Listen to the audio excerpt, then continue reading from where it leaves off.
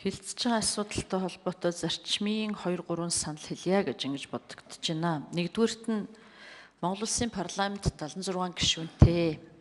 Парламентын гишүүдийн хувь хүний ёс зүйгээс нь парламентын ёс зүй төлөвшнө гэж ингэж би харж байгаамаа. Тийм учраас хэр зэрэг ёс зүйн тийм хэм хэмжээг парламентын гишүүд маань тогтоож чадна. Төдий чинээ парламентын ёс зүйн төлөвшил Монгол улсад цаг хугацаагаар дээшлэх ёстой. Нэг талаасаа. Нөгөө талаасаа хүссэн ч эсхүссэн ч өнөөдрийн энэ зах зээлийн их өндөр хяналтан дотор байгаа иргэдийн оролцоотой болцсон энэ нийгэмд мэргэжлийн ёс зүй гэж бас үнэхээр юм байх ёстой. Бид парламентын гишүүд гэдэг маань иргэдийнхээ итгэл найдварыг хүлээж парламентд ёсыг төлөвшүүлэх, ялангуяа эрх зүйн төрийг төлөвшүүлэхэд хууль эрх зүйн чадамжийг сайжруулах ийм үүрэгтэй хүмүүс маань хувь хүний ёс зүйн алдаа гаргах юм эрх байхгүй л да.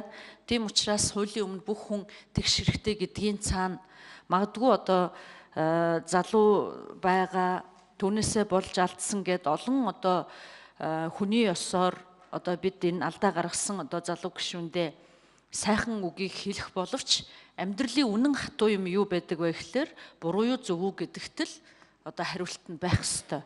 Тэр утгаараа өнөөдөр үнэхээр эмэгтэй гишүүдийн хувьд бол нийт эмэгтэйчүүдийн эрхийг хамгаалах гэдэг үүднээс бид үнэхээр энэ алдаа гаргасан ёс зүйн том алдаа гаргасан гишүүнээ өмөөрөх тийм эрх зүй биднэрт ирэх бол байхгүй байгаамаа. Энийг та бүхэн маань ойлгож байгаа байх гэж бодож байна.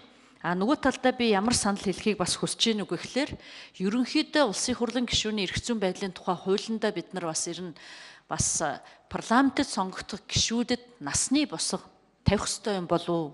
Ажлын туршлагын босгыг бас бид нар өндөрсгөх ёстой юм болов уу?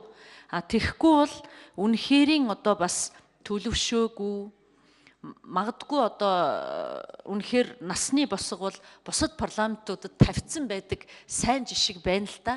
Энэ өөрөө янз бүрийн алдаа гаргахаас сэргийлэх юм хамгаалт нь бас болж өгч байгаа маа. Тийм учраас залуу гишүүдийг энийг бас өнөөдөр зөв талаас нь ойлгоод хүлээж авах ийм ёс зүй бас байгаа гэж ингэж бодож байна. Нөгөө талаасаа бас нэг өнцгөөс нь ярих юм бол нэг хүний алдаа хүссэн ч хүсээгүй энэ ардчилсан нийгэмд ялангуяа парламент дотор болж байгаа үйл явц учраас парламентын алдаа гэж хүмүүст харагдаад байгаа.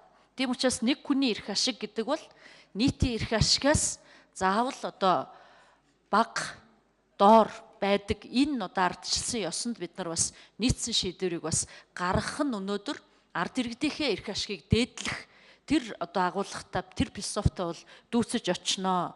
Тийм учраас өнөөдөр Монголын парламент түүхэндээ бас зөв шийдвэр гаргаасаа ямар нэгэн байдлаар хувь хүний алдаа гэдэг юмыг ойлгуулж тэр шалгуулах, нэр төрөө сэргээлгэх энэ боломжийг олгож өгөх нь бол бидний хувьд хууль ёсны хүлээс үүргээл гэдэг ийм зарчмын саналыг хэлмээр байна. За гишүүд